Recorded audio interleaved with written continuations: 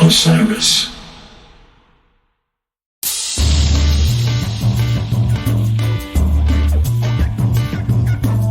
Hello and welcome to Spotlight On, presented by Osiris Media. I'm your host, Lawrence Peryer. Today the spotlight shines on rising electro-soul artist Nick Locke, who performs under the name Phyphr.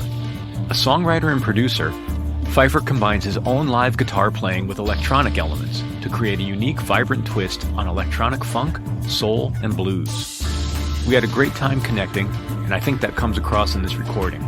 Enjoy our conversation and then hit the episode notes to hear his music for yourself. Enjoy.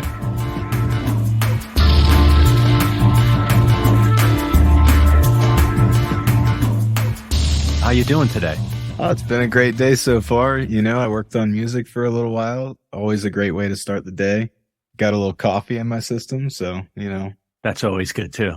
Yeah, we're styling. Let me start by asking you, what's that look like for you? Like, what's working on music look like?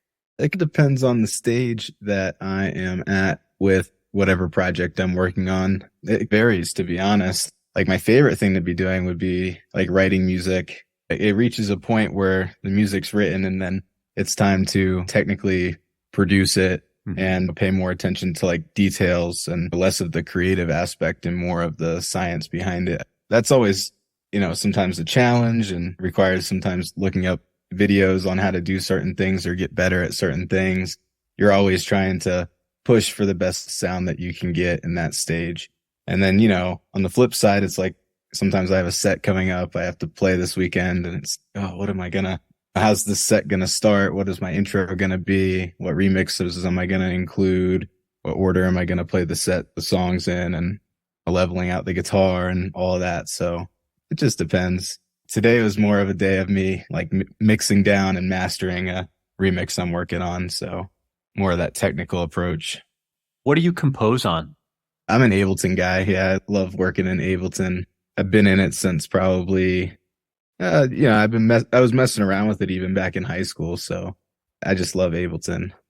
When you're, and sorry to go so deep into the process with you, but I find it fascinating. Do you sit down with the guitar or do you sit down with a MIDI controller? Like, inspiration strikes you, what do you reach for? When I'm writing music and I feel inspired, I'm reaching for the guitar.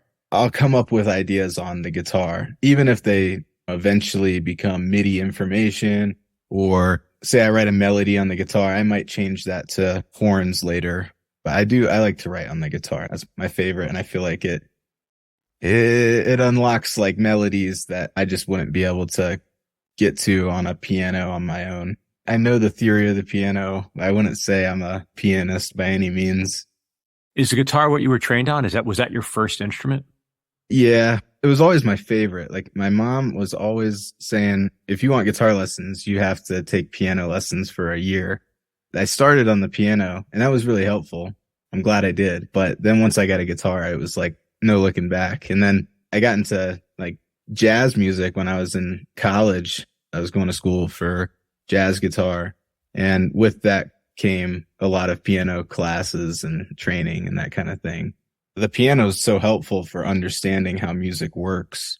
But when it's just like me chilling, trying to write something, I like the guitar. You know, it's most comfortable for me. When you said that it was sort of what you always wanted to play, or was the first thing you wanted to play, why? Who was inspiring you? Who were you into that? Like, what made you want the guitar?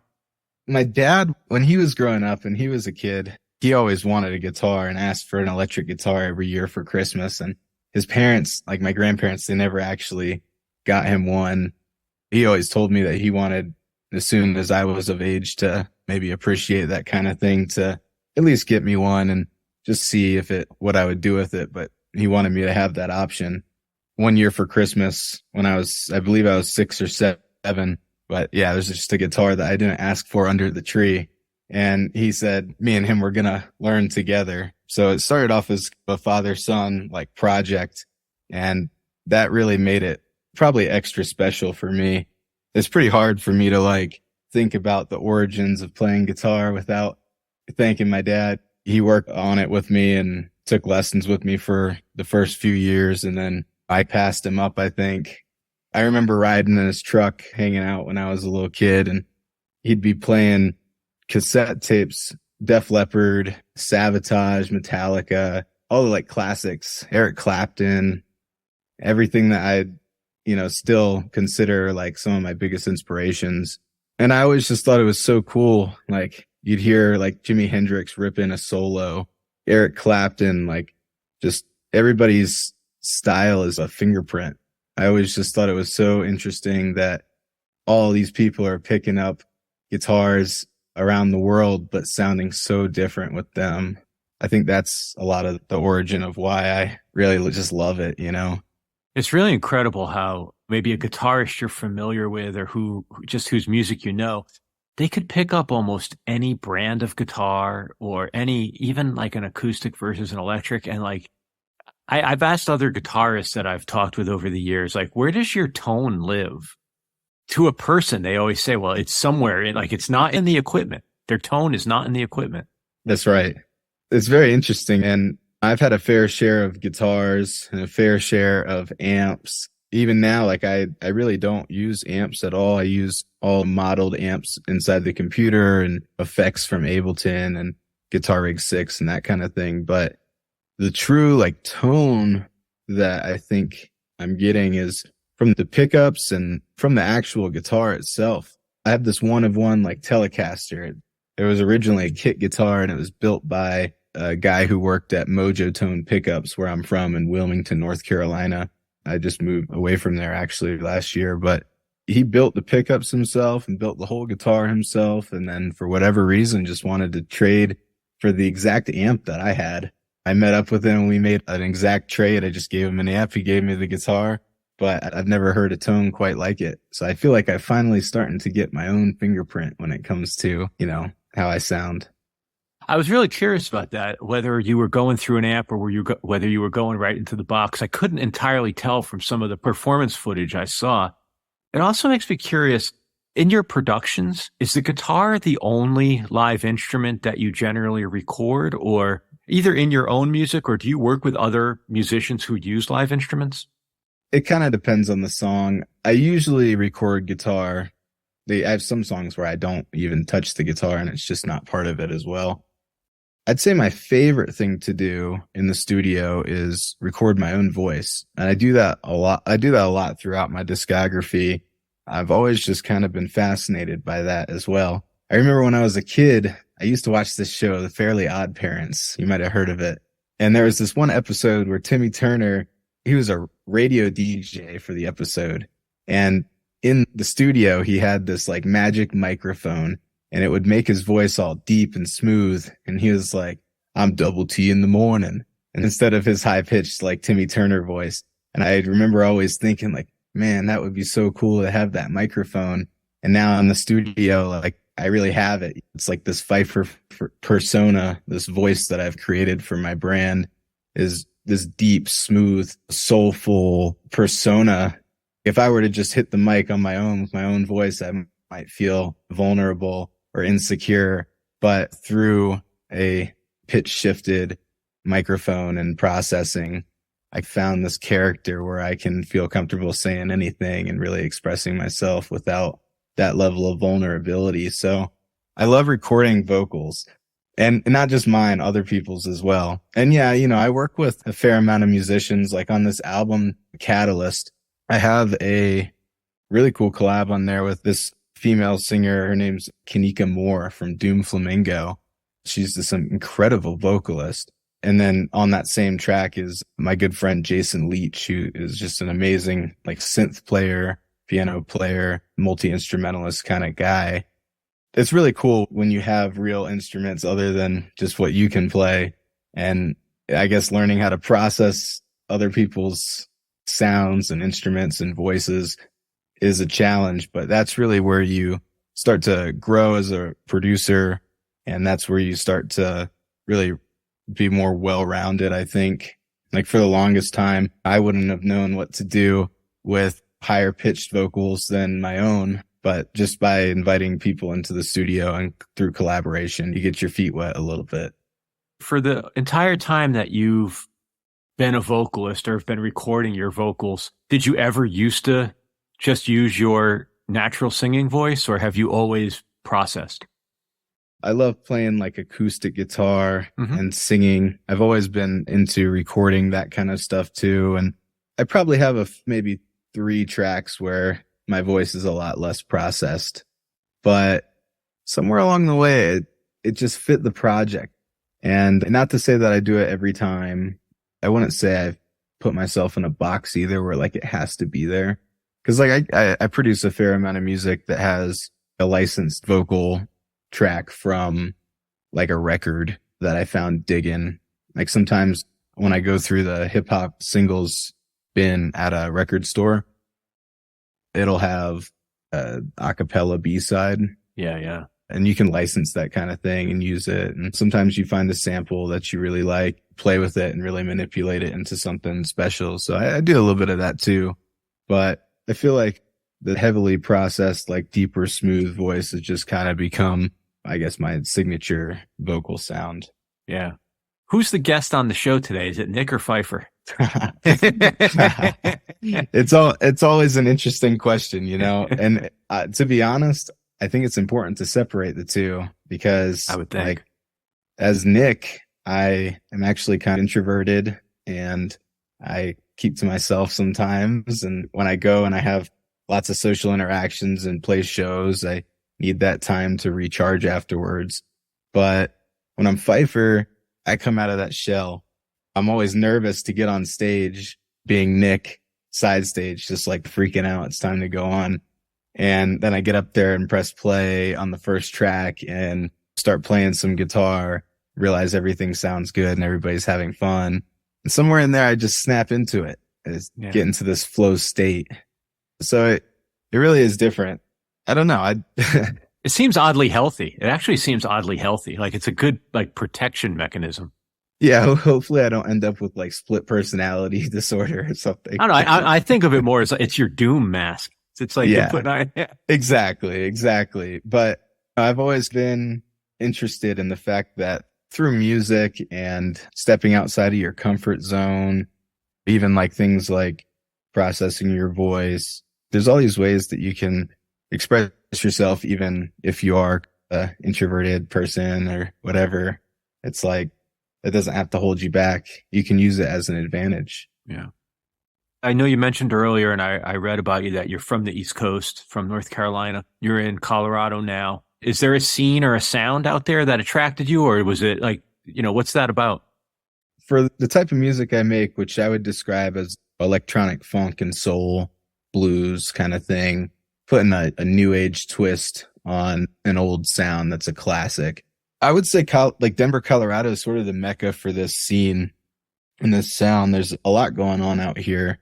And a lot of the people that I really look up to live out here as well. I was in North Carolina. I lived there for a long time, since like 7th grade. I lived in Charlotte and then moved to Wilmington for college. Wilmington's at the beach, so that was a nice place to live. Yeah. And there was a great scene there too. I miss all my friends, and there's awesome venues, and every year there's awesome concerts that come through there. So there's no lack of inspiration or anything in North Carolina. But we got midway, 3/4 of the way through the pandemic, and I was kind of looking for that next step, and I really wanted to take a chance, a leap of faith, and see what I could really do with this music thing.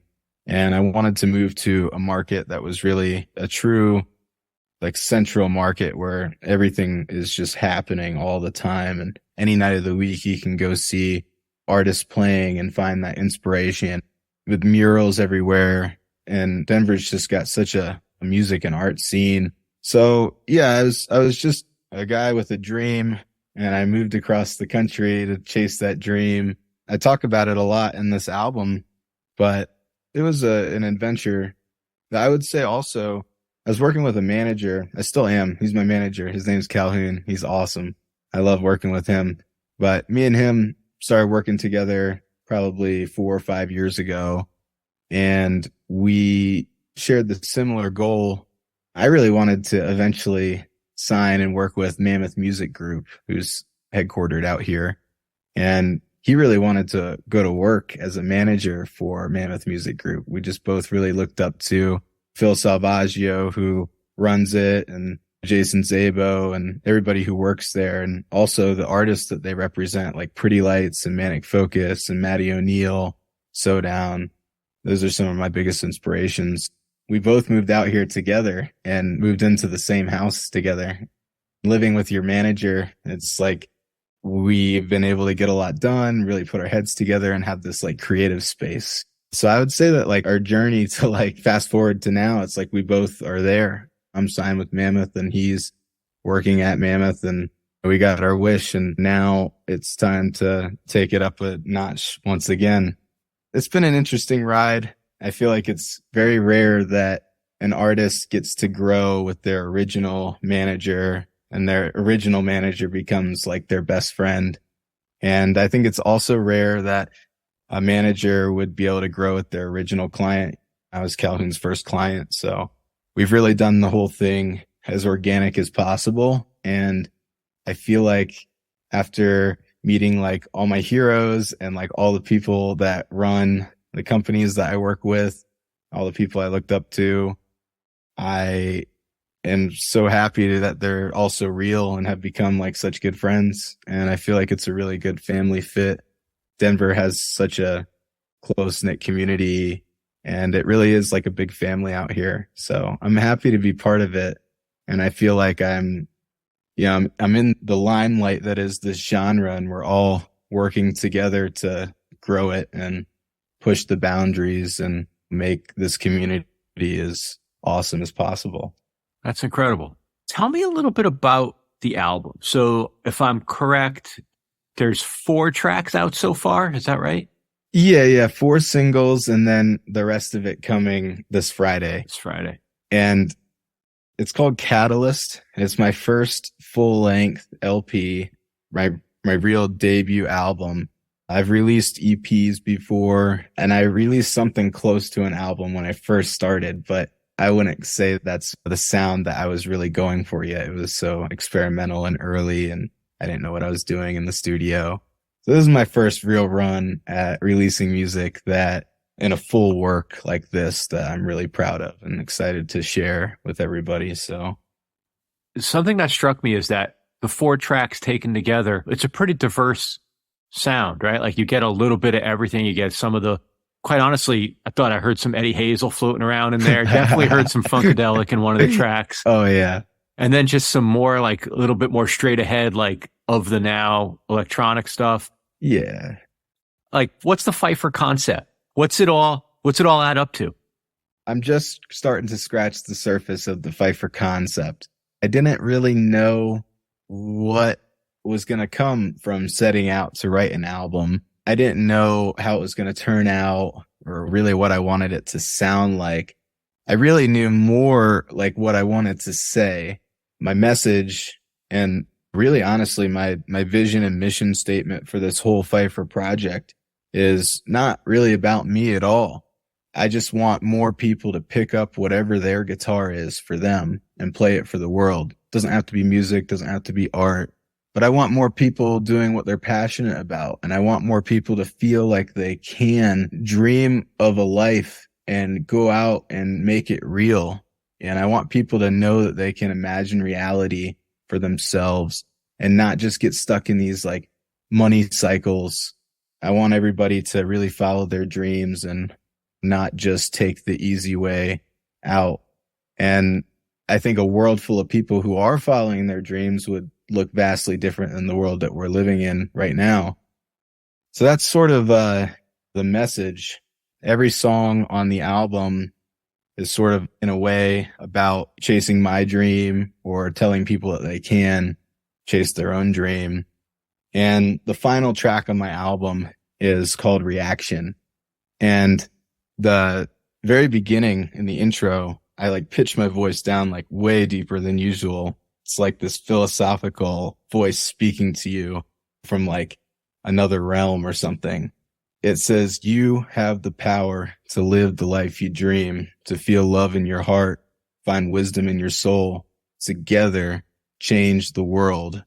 And then it keeps saying this, change the world, every action, cause a reaction, every action, cause a reaction.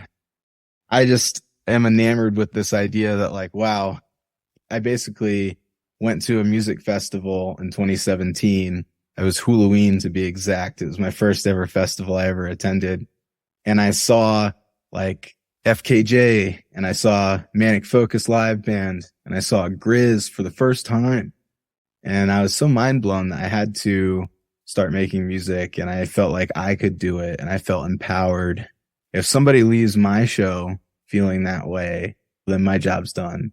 So I'm super happy with how the music came out, but I'm also happy that I was able to kind of hold my fundamental value intact and produce an album that I think is raw and real. You know, it might not be produced perfectly. Somebody might find something where they're like, oh, that was a little rough, but it really is me right now at this stage in my career. When I look at my favorite artists' discographies and I listen to them all the way through front to back, I can hear that growth, and I can hear them growing up and finding, I guess, their sound and who they are. And I think that's what makes somebody my favorite artist. I was, I guess, trying to deliver that myself. It comes across. And I think it sort of segues into the next thing I wanted to ask you about. We talked a little bit about your process, a little bit about equipment. But one of the other things I'm curious about that seems to be an ingredient in what you do. At first, I noticed when I was looking at some of the material that your team sent over, in every picture, you've got the biggest shit-eating grin on your face. Like you're always smiling. And then when I dug into some of the material and was reading, like the idea of positivity came up a lot. And I wonder if you could just talk a little bit more about like, what is the role of positivity in what you do? And like, why? Why is it important to you? Yeah, I guess I want to start off by saying, first of all, I'm, not always happy. It's hard to sometimes even always be happy when you're playing so often or always portray that image. But I think it is important because people come to a show and they want to kind of let go of what they've felt all week, and they want it as an outlet. And they want to let go with their friends, and they want to smile, and they want to have a good time, and really be the most authentic version of themselves. That's kind of what I want for everybody who's in the crowd or like listening. It's like, I want everybody to be the most authentic version of themselves. And I also think that a lot of times people who are DJing or playing music, in sort of a DJ fashion, there's idea that you have to control the flow of music. And if you do it right, you'll have everybody dancing, and you'll have the energy of the room will be intense, and it'll be what you're going for. I have a different approach to it. I think that by leading by example and really being what I want to see, that everybody will follow suit and will start to also find that pocket of flow state like I find on stage. The way that I do it is so real as well. I feel like it's not a act. It's not some sort of just like show, like thing I'm doing for a show to like make the show more interesting. I also felt things all week, and I also have things I need to release, and I also need this outlet. And for me, that's what it is. Sometimes before I get on stage, I'm like dragging a little bit. It's been a long week. It's Friday. It's 11 o'clock. I'm kind of tired or whatever. Then when I get up there and I get 5 minutes in, I just can't stop smiling. I just can't stop feeling so happy because one, I'm so blessed to do music and what I love for a living. But two, it's like once I get it out and I've released the tension or whatever is bothering me or the stress, and I just forget about everything except just the music, that's when I find my happiest moments. So it's as much of a transformation on stage for me sometimes as it is for somebody who comes to the show feeling the same way and leaves just like in that flow state and in that level of happiness. So wow. I try to let the music take me to a certain extent. Yeah. We'll be back with more Spotlight On, presented by Osiris Media, after this break. And now, back to Spotlight On. When you're experiencing that as the person on the stage, are you able to perceive the audience at all? What's your experience of the crowd? Do you get the energy back? Yeah. Sometimes it's hard to tell because there'll be too much like haze in the air. Sometimes you're on stage and you really can't see everybody out there, so you don't know for sure how it's going over or how people are feeling.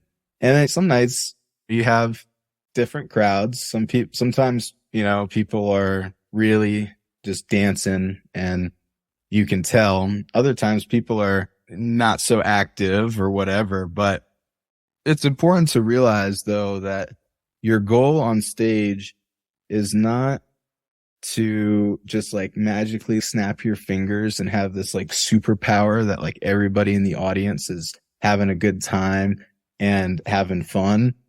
It's more along the lines of like, as a performer, you want to focus intrinsically. You want to say, okay, I'm going to get on this stage and I'm going to have a really good time. And I'm going to play the music that I love to play, that I've worked hard on. And this is going to be what I want it to be. Don't worry so much about how people are visually appearing in the crowd. I think that sometimes I've had people come up after shows and I noticed while I was on stage that they were just in the back, just hanging out, not really a dancer. But then that person comes up after the show and is just enamored and really happy with what went on. And I just remember that some people are more or less comfortable in every situation. Some people know more or less people at a show. Some people come alone and just like, didn't have anything else going on that night. Sometimes people come because they're in a bad mood or they're going through something and they just need to take their mind off of it for a little while. So I try to let everybody in the audience control themselves intrinsically and worry about that aspect. And then I worry about only the variables that I can control. I also, for that matter, I try to play the songs that I really want to play. And I don't worry too much about, this vibe isn't going over well. Let me switch it up. I don't know. I'm more of a producer than a DJ. I came to play the music that I really love. I do care if somebody's not feeling it, but also I want to stay true to myself and really present like a Phyphr show. That's interesting. So you're setting an environment for them to have their experience. You're not necessarily dictating the experience. Yeah, and somebody might fall in love that night and it could start a whole life for them. Or somebody might leave there and decide, hey, I'm going to follow my dreams because that guy did it and now I feel like I can do it. Or, somebody might leave there and decide they're going to start a nonprofit or a business, or they want to go start therapy, or they want to work something out in their lives. But I'm really into the idea that music and coming to shows, like while it is fun and it can be a party, I love when people come for the music and for the reaction and for the change the world. Because what we're doing here is like bigger than just the party. Yeah. Do you have a sense yet of how any of the new tracks, like how much of this has been tested out on a crowd at this point? Have you played everything or are you focused on a couple of the singles? Like, tell me about your experience with the new songs and a live audience. I've played probably 9 of the 10 songs live. Oh, wow. Yeah, I've been kind of rocking them for a while because even before they were done, I think it's important, one, to test them on big speakers and know how they translate in every environment before you actually put them out.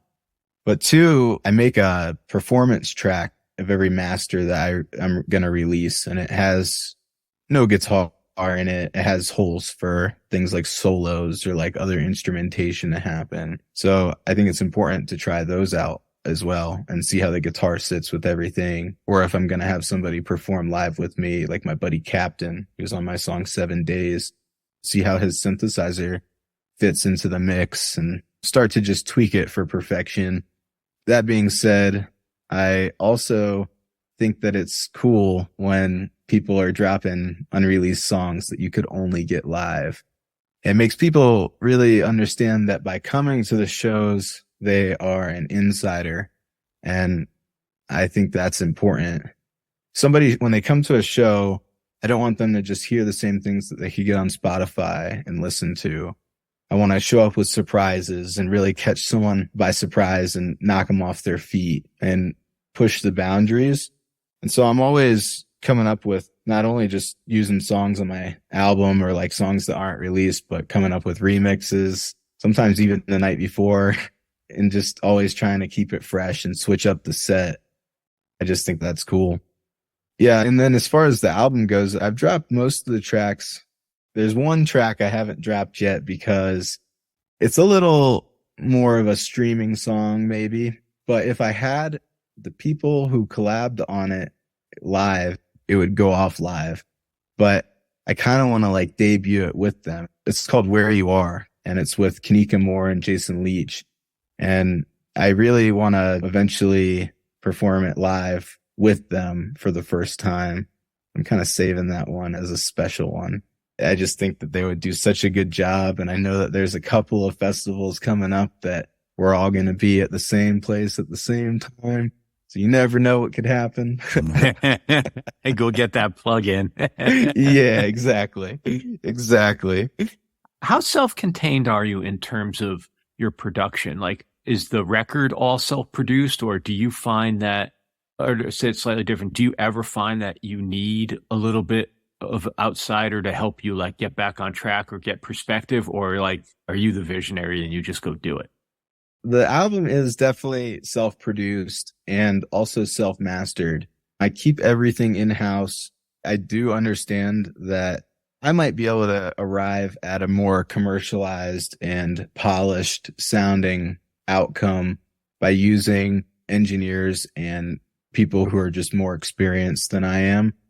But I also recognize the fact that, like I said earlier, when you listen to someone's discography front to back, you should be able to hear them grow. I think that it's okay that I'm not perfect yet in the studio. And I think that the only way I'm going to get better and really grow is by just keep putting myself in the hot seat. Obviously, I reach these points in my mix downs sometimes where something's not working and I can't put my finger on it and I can't figure it out. And then I go to someone like Manic Focus or Matty O'Neill, and I just ask them what's going on here. I was trying to mix down this song, The 80s, on my album. What I do is I have a bass synth and I cut out all the sub, and then I have a sub and I cut out all the highs in it, and then I layer them together and then they sit together. But the bass synth was sounding too sharp. It just wasn't blended. You couldn't hear it as one sound. You could just hear ingredients. So I took it to Manic Focus and I was like, man, what's going on here? He just like went through my chain, turned things on and off, just like see, like A-beat them and see like how they're doing, like what their true effect is. And basically I just overproduced it. He turned off a couple of EQs and a couple of side chains, and boom, it's like there was the low mid range that I was looking for to like blend the sounds together. It had just been hidden in the fact that I overproduced it because my ears were fried and I was making mixing mistakes because I'd been working on it for too long. With self-producing an album comes all these problems, and comes this facade too that, oh, I like really need this mix to be like perfect. I don't know. There's perfection in imperfection.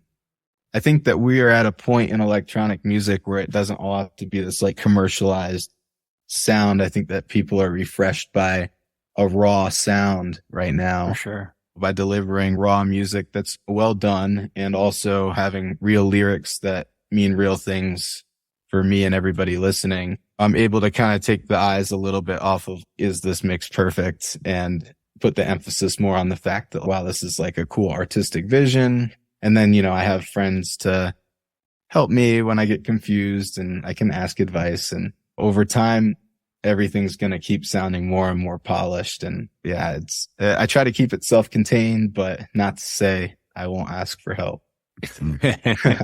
That little bit of like the organic element, I really like seeing that juxtaposed with electronic music and with electronic elements. It creates, obviously there's more palette, but there's also a little more tension. It's something I found very interesting just by the idea that you play the real instrument, that you play the guitar, and that you do it also on stage. Like it's more than a gimmick. It's a very interesting element to what you have cooking. Well, thanks, man. Yeah, I'm glad you think so. Eventually, I'd like to get to the point where I can do that smooth, deep Phyphr voice on stage as well. I just maybe need a little bit more computing power because I run into issues like latency when I'm doing that level of processing on my voice. I think it's coming in the near future. I'll get it dialed in as well. So that'll be something cool to spice up the performances too. Do you ever see yourself having more fleshed out band members? Could you imagine a scenario where it's actually maybe not a full band, but something band-like? I really would love to have my own live band. I wouldn't do the live band every time, but I'd save it for special occasions, big festival plays on main stages, maybe like a New Year's Eve or a Halloween, something that's like a special occasion, destination kind of event. I really want to put together a live band, and I keep going back and forth on who I would want to call into that. I have so many friends who are so good at so many instruments. It might be just like a mixture of whoever, a roster and whoever can make it. I would love to at least have a drummer in the time being, not all the time, but to spice up the show. And I'd love to have Captain rockin' synth with me. That would be really fun. Me and him have done a couple of performances together where it was like both of us put together a set and performed it. And then on the side of the Phyphr project, I do the Gradient Perspective live band, which is me and Josh Teed and Dreadlock and Star Fox. So Star Fox is a horn player. Josh plays violin and Dreadlock plays ukulele and saxophone and a few other things. Then me with the guitar, and then there's the DJ component where we're all kind of going back to back and working the boards. That's sort of like more of a live band feel. So I really like doing that. We've got a couple of shows coming up together. And then I play in Manic Focus's live band as well on guitar.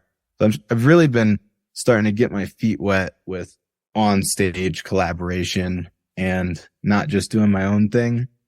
And I've really been having a great time with it. And I've been learning some of the secrets that like make it all possible, like feeding a click track to your drummer. Cause like in a DJ situation, while you have a drummer, the drummer's not keeping the tempo. They're going along with what you're throwing down. I was always confused. It's like, how do I make my Ableton go along with the exact speed of a drummer? But it's the other way around. You feed them a click track and then they're rocking with you. So there's all these little tricks that I'm learning that make it a little easier and make me wrap my head around more going on stage as I grow as an artist. Yeah. So yeah, I definitely plan on getting there with that. So the record drops Friday and then you go into festival season. Like it's time to go to work. Yeah. I actually have this big show coming up on April 7th in Denver at Meow Wolf. I've done co-headline shows out here in Denver before, but I haven't done a headline show myself yet. And so this is my first big headline show. And I'm pretty much I'm just working all the time on trying to make special remixes of some classic songs for that and have a lot of new material ready to go in April. So I really just want to wow everybody. I want everybody to walk in there with expectations and just blow them out of the water. It's also a very special event because there's an artist on direct support that I look up to very much. His name's Slink. He's Australian. He lives in Canada now, but he's finally coming to play some shows in the US for the first time in 6, maybe 7 years. And I look up to him because he's always made all these production videos on YouTube that I watched, and it taught me a lot about how to use Ableton and how to get a cleaner result in the studio. So it's an honor to have him on the show. I'm really looking forward to that. We've got Dreadlock, who's one of my best friends. He taught me a lot about production and DJing on that show as well. I'm really looking forward to that. And then, yeah, right after that is festival season. So I couldn't be more excited. I've got summer camp this year, which is always an honor to play. I really appreciate Ian and everybody over there looking out for me. And we've got Sonic Bloom coming up, which is just an amazing festival. Really appreciate everybody at Sonic Bloom for the support and everything too. Nice summer heating up for sure. And I'm stoked to have an album to present for that. It just makes it more of a intentional festival season rather than just trying to scrape some music together and play a set. I really feel like I dug deep and wrote something that I can be proud of and bring to the stage every time. And people are excited to hear it. How long is your average set when you get up on stage? It depends. I usually like an hour 15, sometimes an hour 30. Getting any longer than that gets tough. I don't really like to play more than like an hour and a half. Sometimes you gotta, if you're a direct support or something, or you're in a 1st to 3 opener on a show, sometimes you gotta bend down to like 45 minutes. That's tough too. Yeah, I bet. I feel like an hour to an hour 15 is the sweet spot. Yeah. Well, listen, man, thank you. Thank you so much for spending time. I'm looking forward to hearing the whole record on Friday. Oh yeah, thanks for having me. I appreciate all your time too, and I loved the questions. I loved hanging with you, so thank you so much. Thank you so much, Nick Locke and Phyphr, whichever of you are listening. And as always, thank you for listening to Spotlight On, which is presented by Osiris Media. Executive producers are Lawrence Peryer, RJB, Brian Brinkman, and Matt Dwyer. Our producer is Michael Donaldson, and theme music is by Q-Burn's Abstract Message. If you like what you've heard, please share us with a friend and leave a review on your podcast platform of choice. Visit us online at spotlightonpodcast.com or at spotlightonpod on both Instagram and Twitter. Thanks for listening, be safe, and stay in touch.